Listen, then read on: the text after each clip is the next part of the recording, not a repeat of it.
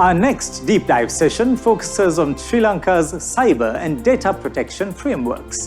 And it is my pleasure to kick off this session to invite Mr. Jayantha Fernando, Director and Legal Advisor of the Information and Communication Technology Authority. Hello everyone, and welcome to this deep dive forum on Sri Lanka's cyber security and data protection framework. This will be an engaging 1 hour or so, where we will understand from the experts, from the policy side really, what is taking place in both these spheres on data protection and cyber security, which are crucial factors to think about when you are investing, to see where Sri Lanka is in this perspective and where we're going and some of the frameworks put in place. In my discussion today, I have with me 3 eminent personalities and panelists who will provide these insights to you. We have Jayantha Fernando, who is the General Counsel of ICTA and Director Sri Lanka CERT, who will be first giving his presentation and his remarks. Joining me also is Anura De Alvis, who is the Chief Digital Economy Officer of ICTA, which is the public agency for on ICT and digital economy. And he comes from a 3-decade plus experience in the corporate arena, dealing on the digital side as well. And joining as well is Sandhuni Wickramasinghe, who is an attorney at law with specialization in cybersecurity and data protection, and he also serves as a member of the Personal Data Protection Law Drafting Committee as well. So these eminent panelists will share these remarks in the next 40 to 55 minutes as we go on. So while setting the context, let me now invite Jayantha Fernando to initially provide us, the audience, with the context of where we are at in Sri Lanka in the landscape in terms of data protection and cybersecurity. Jayantha. Thank you, Shiran. In the first instance, I would like to begin by commending Ceylon Chamber team for the fantastic efforts they have made with regard to this investor forum that covers a range of contemporary topics of importance.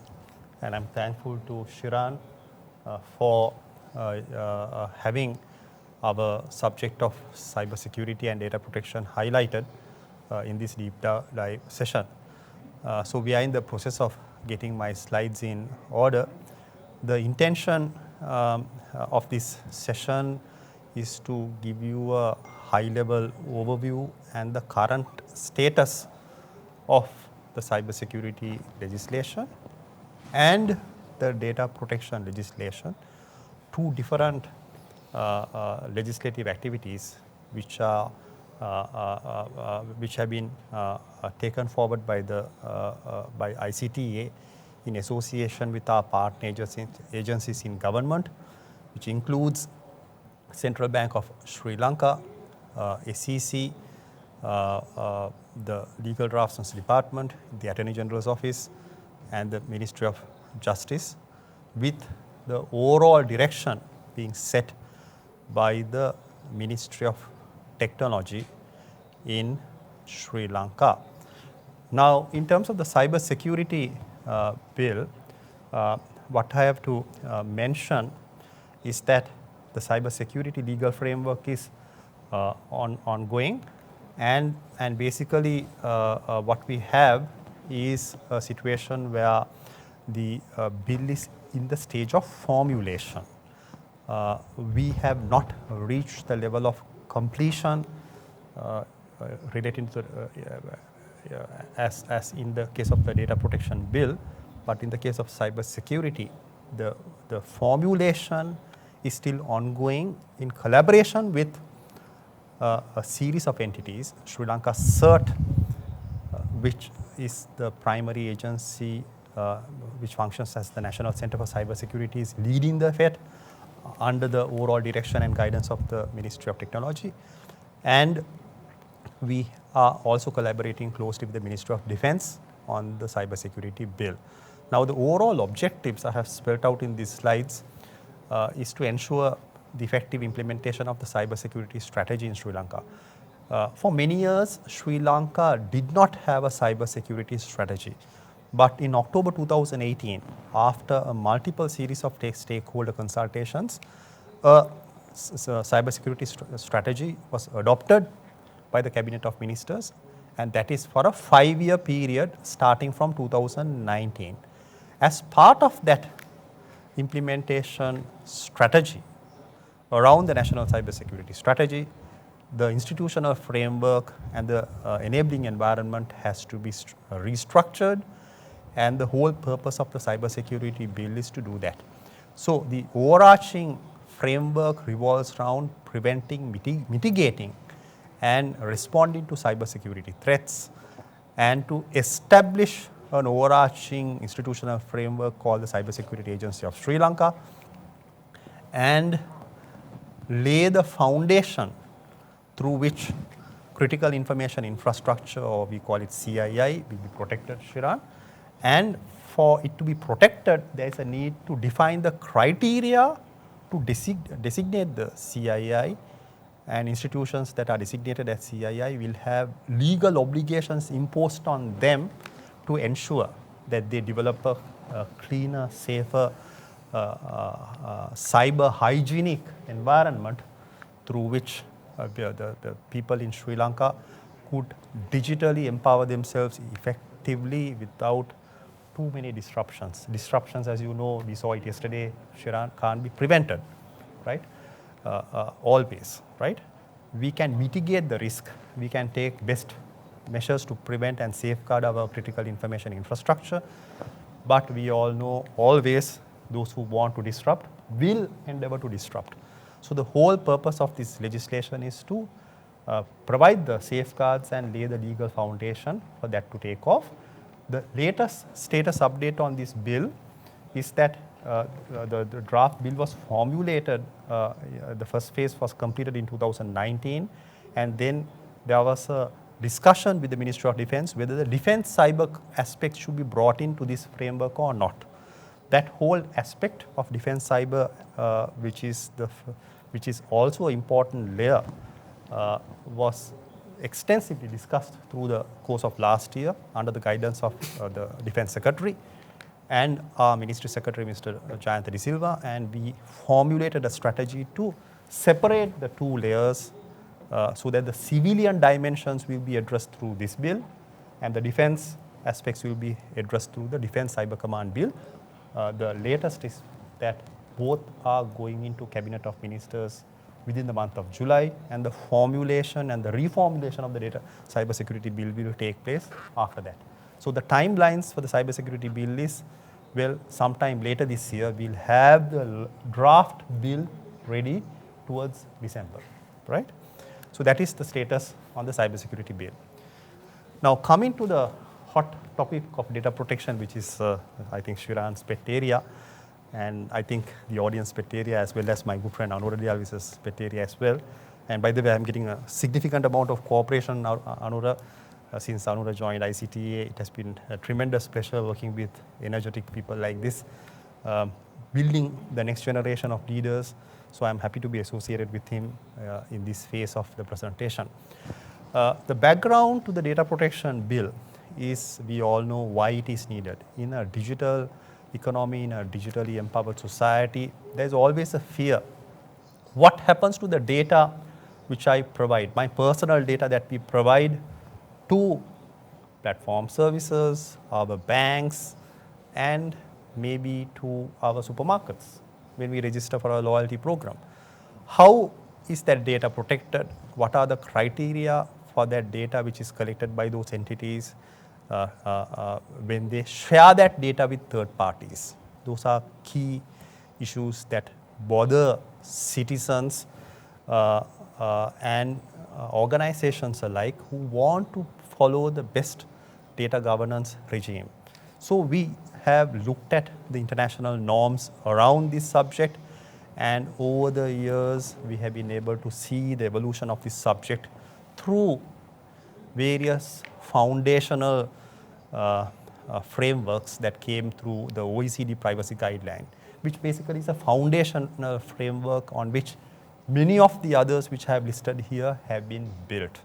So APAC, we have the APAC privacy framework, and then the Council of Europe has developed their data protection convention, Convention 108 we call it, and then with the GDPR coming in, we have the 108 plus, which a large number of countries even outside Europe have adopted, including Senegal and Mauritius and now Ghana as well.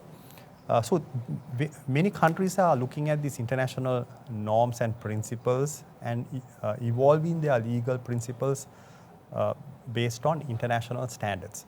Historically, Shuran, as Ceylon Chamber has always been supporting ICTA and our ministry in the policy reform process, we all know that ICTA has been in the forefront of recommending legislation based on international standards. So we looked at these models, including the EU GDPR, the General Data Protection Regulations and other laws, and started formulating a set of like a framework in 2019.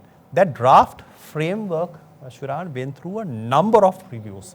A large number of public consultations were carried out over a period of 8 to 9 months, and the stakeholder forums, including one conducted by Ceylon Chamber, gave substantial inputs that led to refinement of the bill. The latest reviews that are ongoing, thanks to the inputs from the Attorney General's Department, revolves around cloud hosting, cross-border data, and aspects like that, which I will come to in a moment in time. And my colleague Saduni will be going to some of these key features of the bill later in this session. So these are the key headings that are included in the data protection bill. The foundational principles of data protection and data processing are borrowed from international standards. So are the right of data subjects.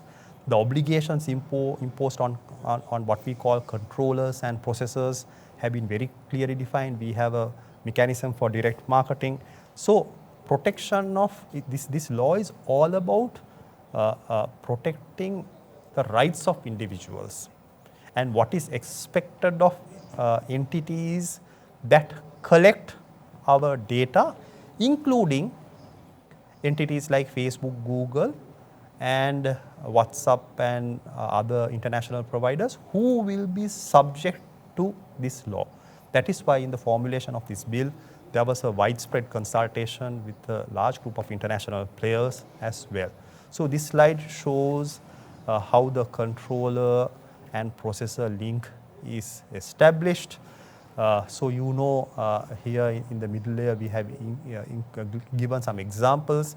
I'm sure these slides will be available to be shared later on with people. This captures the example somewhere in the middle column. You have us going and sharing information with a supermarket loyalty program, where that entity that collects that data, a supermarket, will be the deemed controller in the case of the data protection bill. Same applies to us as customers going and giving our personal data to banks when we enroll ourselves through the banking mandate to become a banking customer. So when those entities hire third parties to process data, that can be a natural or legal person who processes it on their behalf, they become the processor. And the relationship between the two are very clearly defined, and it brings clarity to how your rights will be protected in the digital space once this law comes into being. Well, the important point from an investment perspective that I would like to bring in is with regard to our cross-border data flow policy in the data protection bill, or the cloud hosting policy. This law actually addresses both the government sector and private sector entities who will function as collectors of our data. So a concept of a public authority has been defined in this act.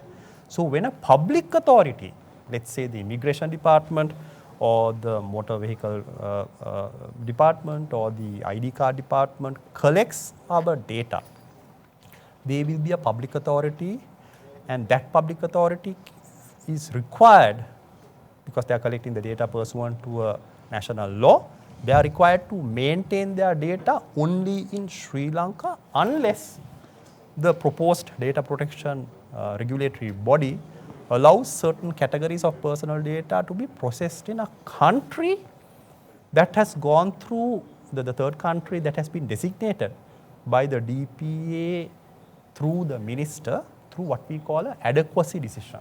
This is a model that you find even under GDPR and many other international law frameworks, and the adequacy decision making is for the criteria of that has going to be published through regulations, and only government entities will be subject to this level of watertight safeguard in a way I would call some element of data localization.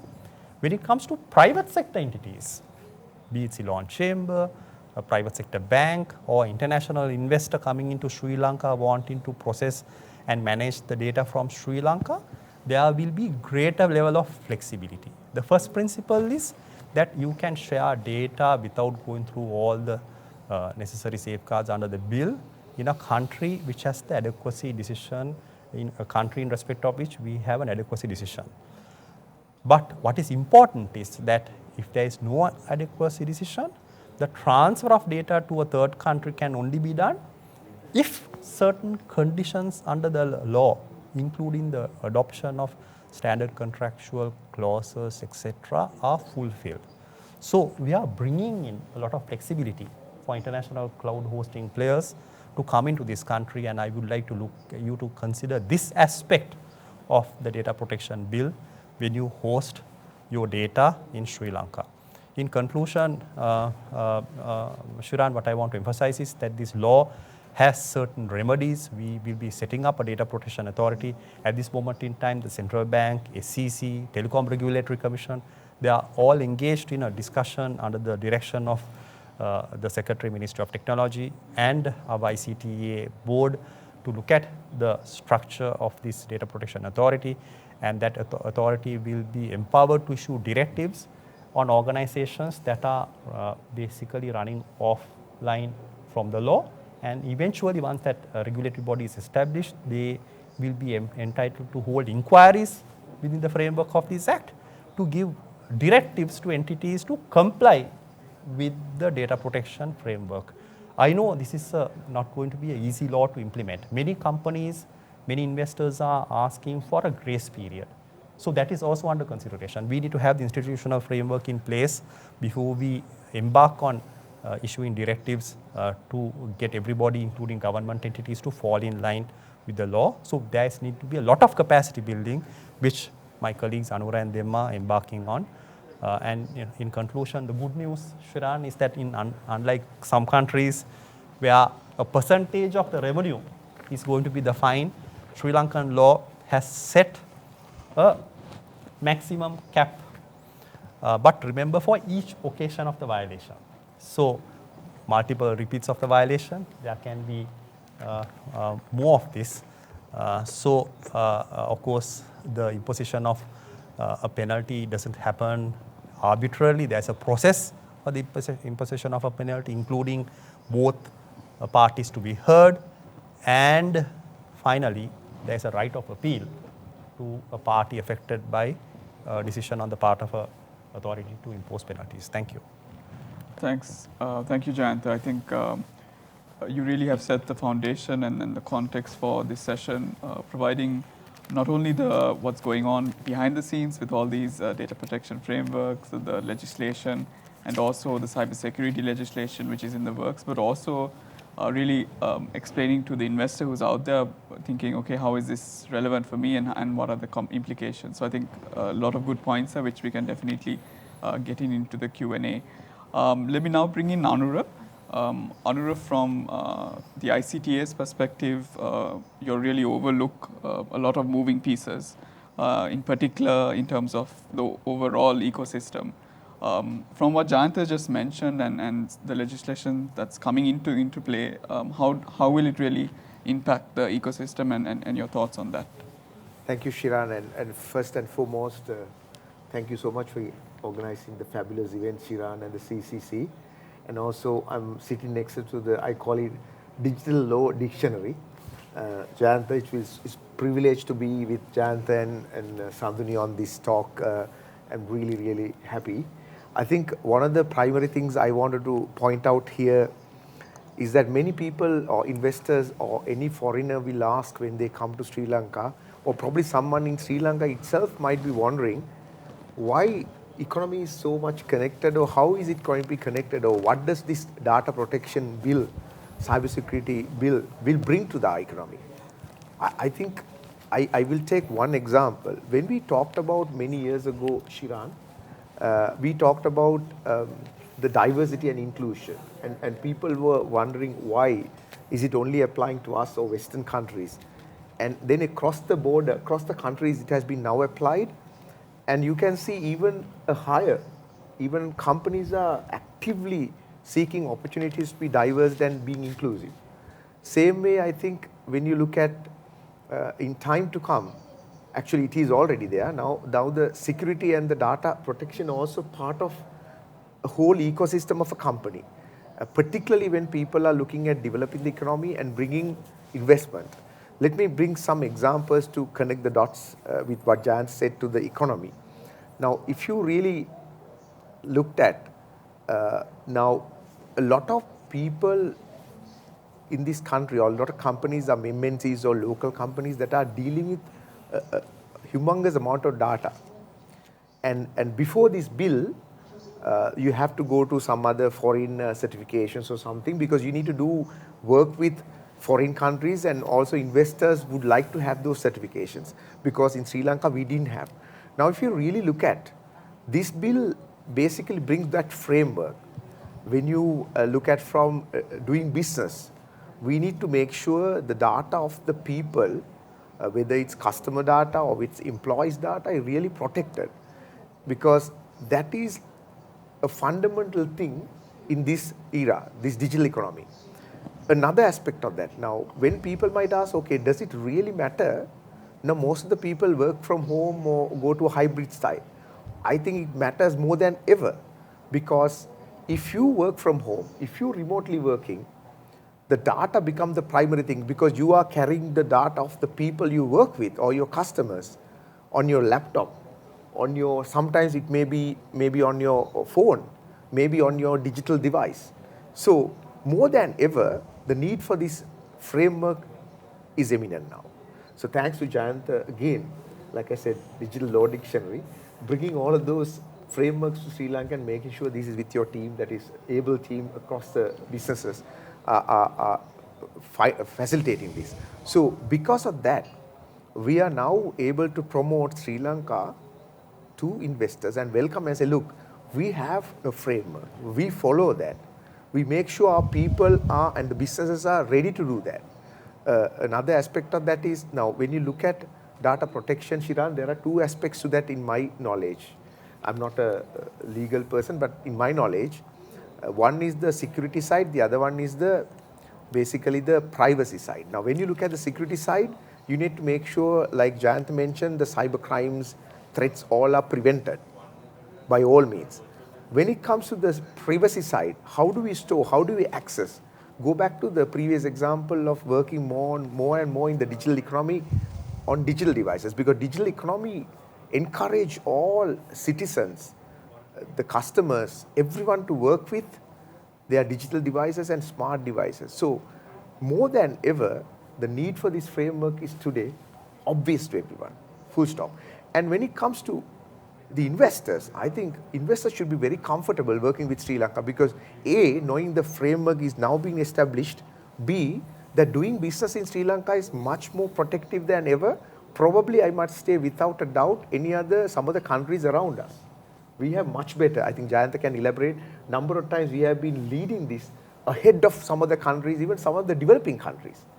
So I can now, without fear, working with this team, developing the digital economy, can say, Shiran, that we have a great framework to go ahead and invite investors to come down. My last point, before I hand over back to you, this also creates a new set of dynamics in our job market, because data officers need for things. I'm not saying that we are artificially creating. But I think to make sure these frameworks are established and practiced, long ago, Chief Information Officer came, CISO came.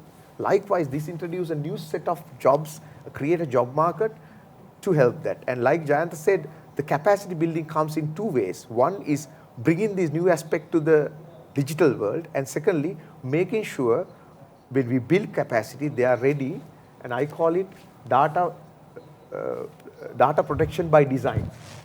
So every digital equipment, device, software, we need to go by data protection by design. I stop there and hand back to you, Shiran. Thanks, Arun. I think that was insightful, and some of your remarks of where it fits into the ecosystem, I think are quite valid. Now let me bring in Sandhuni, who is part of the member of the Personal Data Protection Law Drafting Committee, to give a bit more specifics on the legislation and also shed some light in terms of what it will mean for investors as well. Sandhuni? Thanks, Shiran. First of all, thank you for inviting me to be part of this session. And so in the next 10 minutes, I will hopefully touch upon some of the salient aspects of the proposed bill. So let me just put up my slides. I trust you can see my screen. So in the next 10 minutes, I will basically cover aspects of application, the obligations of controllers that are enumerated in this draft bill, the rights recognized for data subjects, and also specific obligations towards processors. So when it comes to the application, there are two main aspects where this law would apply to you as an investor. So one, if the processing take place whether wholly or partly in Sri Lanka. And on the other hand, if you are a person who is a resident here, or is it a company which is incorporated here, or subject to any other written law of this country, then this law would apply to you as well. And on the other hand, if you are targeting persons in Sri Lanka to offer goods and services, or monitors their behavior insofar as it takes place within Sri Lanka, then this law would trigger on you as well.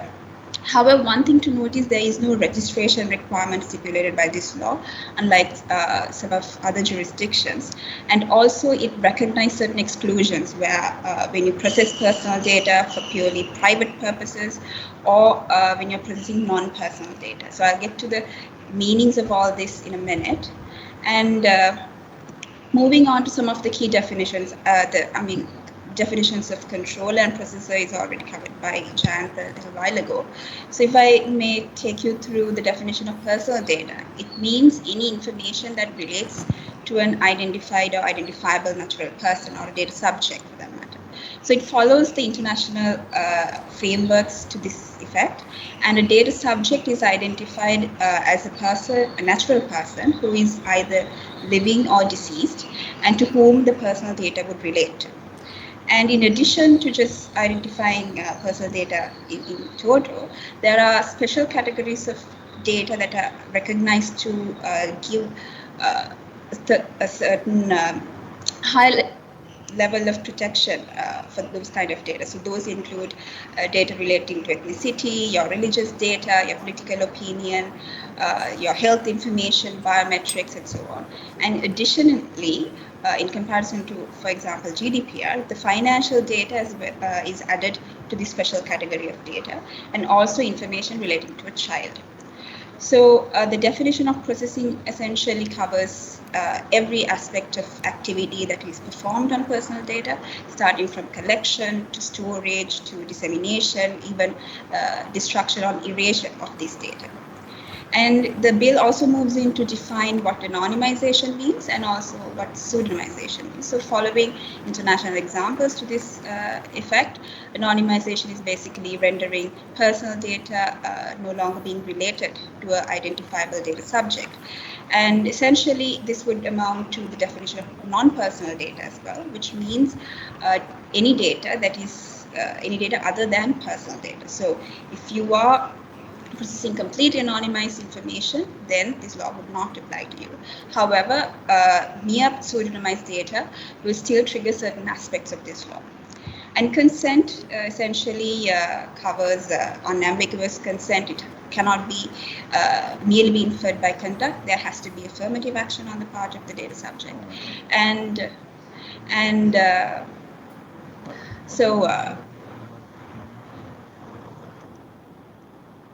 consent would mean explicit consent on the part of the data subject.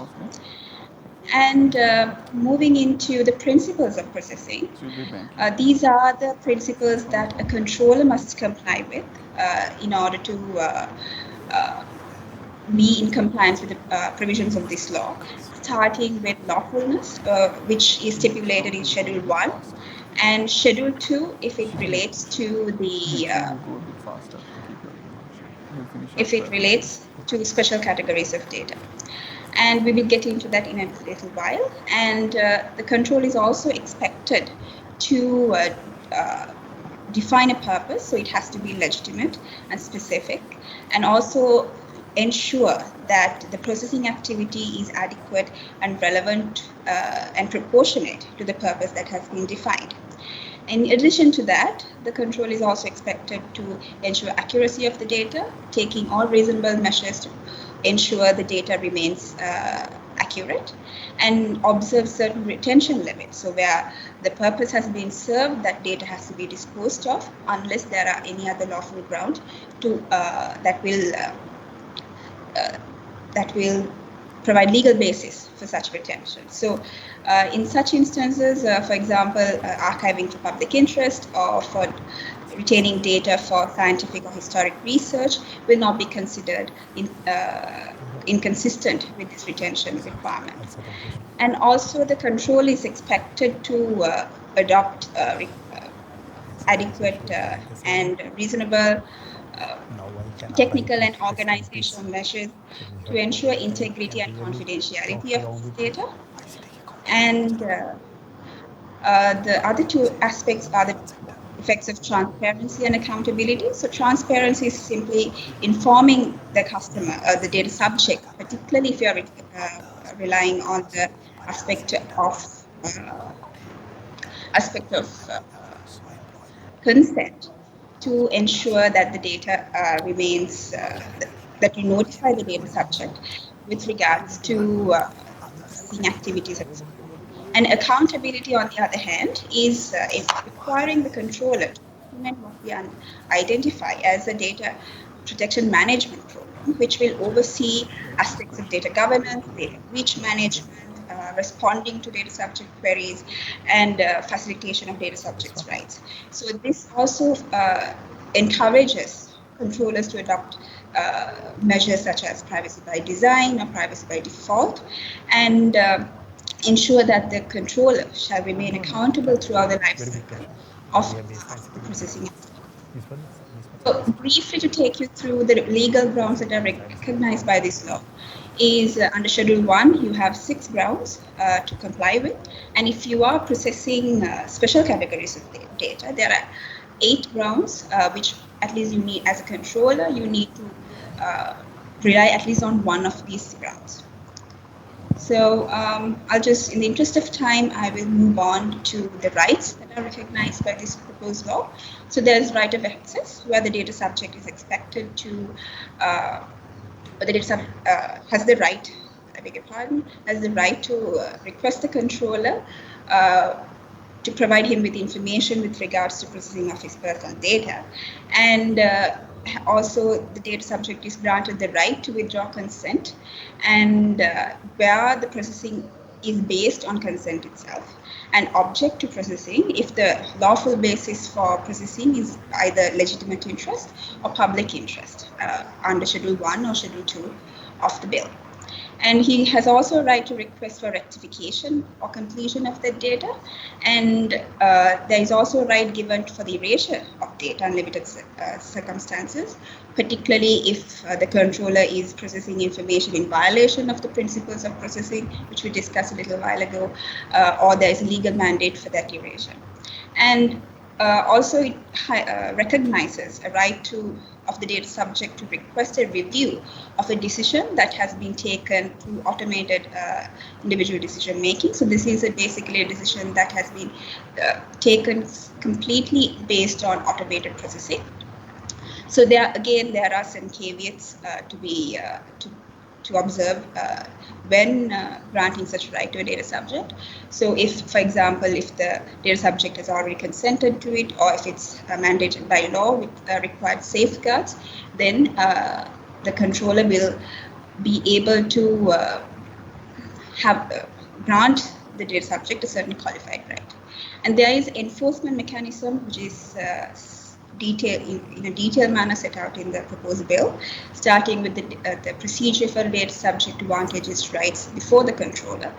And if he's still aggrieved by the decision of the controller, he can make an appeal to the Data Protection Authority, who would conduct the necessary inquiries and may come to a decision. And any party, whether the controller or the data subject who is still aggrieved by the decision of the Data Protection Authority, can make an appeal to the Court of Appeal to review that administrative decision. Finally, this brings me to processor obligations. So processor, as already explained to you by Jayanta, there are certain specific obligations that are imposed on the processor. So he must only comply with the written instructions of the controller and assist the controller to meet the controller's obligations in terms of principles of processing as well as rights of the data subject.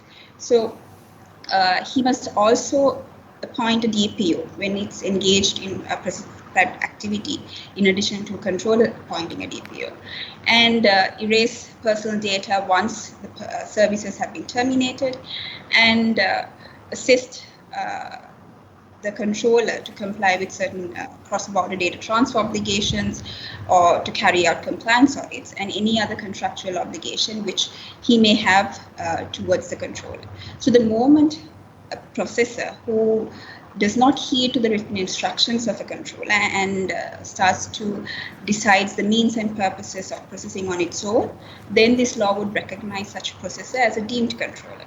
So the moment there's a deviation which renders the processor as a deemed controller, then the other obligations which generally applies to a controller will start to apply to such processor as well. So I think that brings me to the end of a very quick outline of the proposed bill. So back to you, Shiran.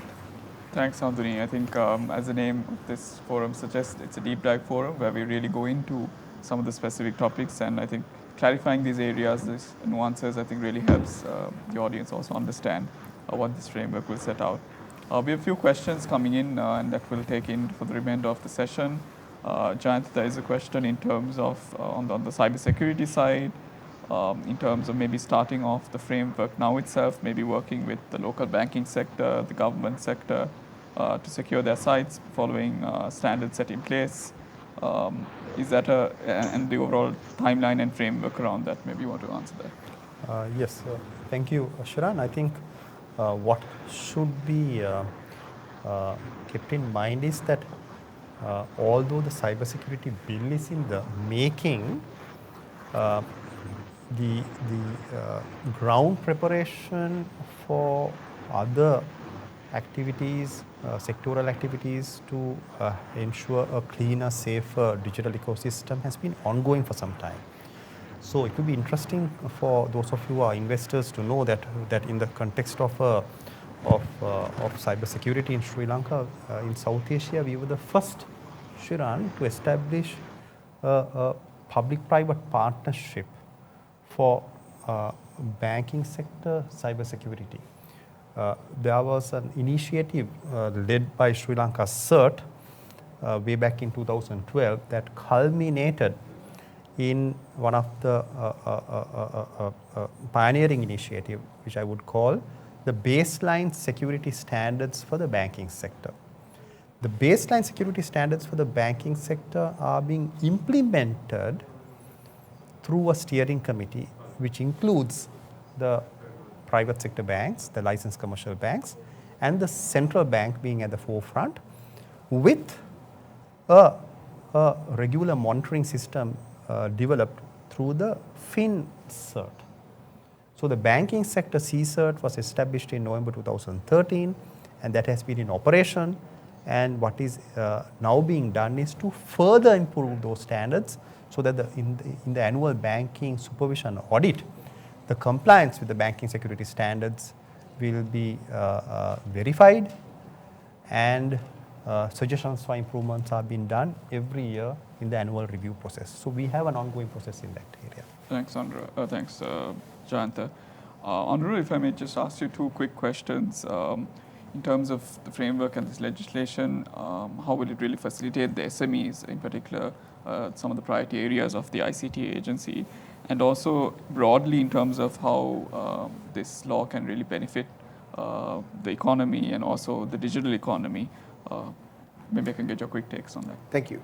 Quick answers I'll try to give. So SME or the startups or scale-ups in any way that we call, I think Shiran, we are now, as a result of this conversation and the previous work Jayanta and the team has done, we are taking this into the startup and the SME sector as well, because they need to be ready to gear up with this and also be ready to face the world, because remember that SMEs today will be the scaled up large enterprises in 10 years time.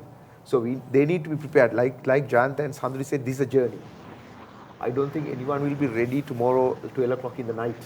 So I think in that sense, this is really important for them. From economical perspective, in the digital side particularly, every company, I mean, I'm just want to establish something.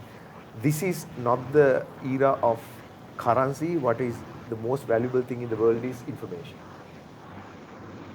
I think that brings the real reason and the mandate for this data protection.